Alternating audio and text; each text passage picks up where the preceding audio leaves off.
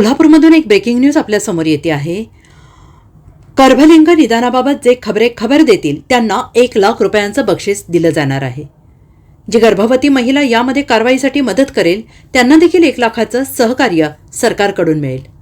गर्भलिंग निदान विरोधी कायदा हा अधिक बळकट करण्याच्या केंद्राच्या राज्यांना सूचना।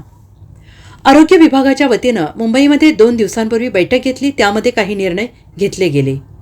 सामाजिक संस्थांना या कार्यामध्ये सामावून घेतलं जाणार आहे। देशात आणि राज्यात मुलींचं प्रमाण कमी होत आहे, हे खूप चिंताजनक बातमी आहे। TCPNDT प्रभावीपणे राबवण्यासाठी जिल्हा स्तरावर समित्यांचं नियोजन करण्यात आलं असल्याचं आरोग्यमंत्री प्रकाश आंबेडकर यांनी प्रसार माध्यमांशी बोलताना सांगितलं आहे।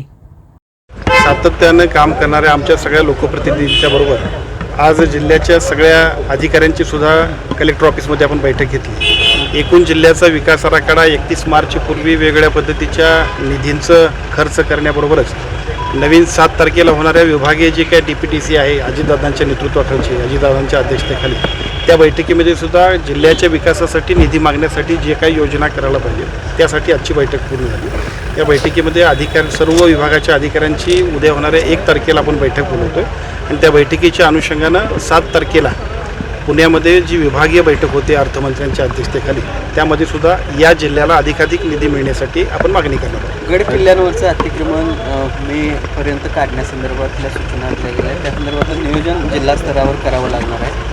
एक समिती देखील आता जिल्हाधिकारी समिती देखील या ठिकाणी आता गठीत झाली आहे। गड किल्ल्यांवरचं अतिक्रमण काढणं हे सरकारचं निश्चितपणाने जबाबदारीच आहे। त्यामुळे जी काय आज कमिटी नेमली गेली त्याच्यावर एक कालबद्ध प्रोग्राम करून आपण अतिशय चांगल्या पद्धतीने या सगळ्या कामाला गती देणार।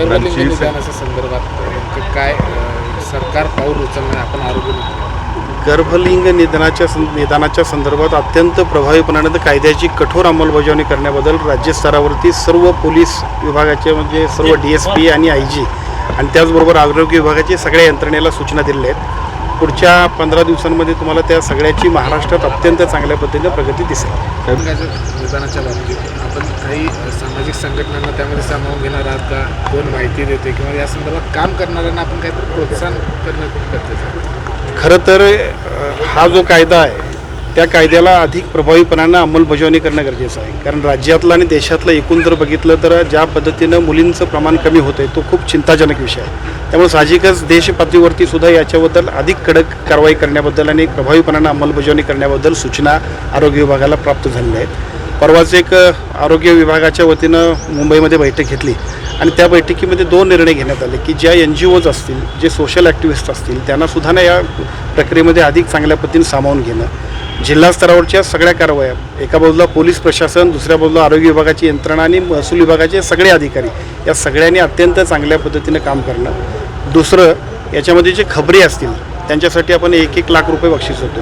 एका बाजूला खबरी आणि दुसऱ्या बाजूला जे डिकॉय असतात, म्हणजे विशेषतः जी महिला पुढे येते या सगळ्या गोष्टींना आम्हा सर्वांना मदत करायला, त्यांनासुद्धा 1 लाख रुपयेचं बक्षीस म्हणता येणार, पण 1 लाख रुपयेचं त्यांनासुद्धा आम्ही या सगळ्या गोष्टींसाठीचं सहकार्य आम्ही जाहीर करतोय, त्याबद्दलचा निर्णय होईल। या सगळ्याचा उद्देश असा आहे की आता PCNDT ॲक्ट जो आहे तो अधिक प्रभावीपणाने राबवणं ही अत्यंत आवश्यक आहे।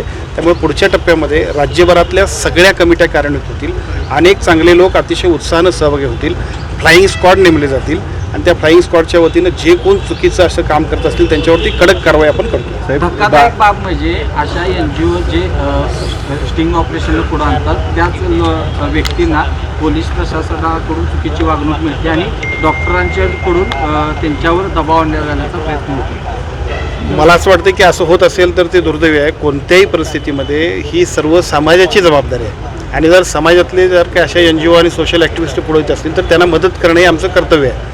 जर अशा पद्धतीनं कोण शासकीय यंत्रणेतले लोक करत असतील तर त्याची चौकशी आपण करू आणि त्या सगळ्यांना योग्य त्या समज आणि सूचना देऊ। Bureau report SBN Marathi, Kolhapur.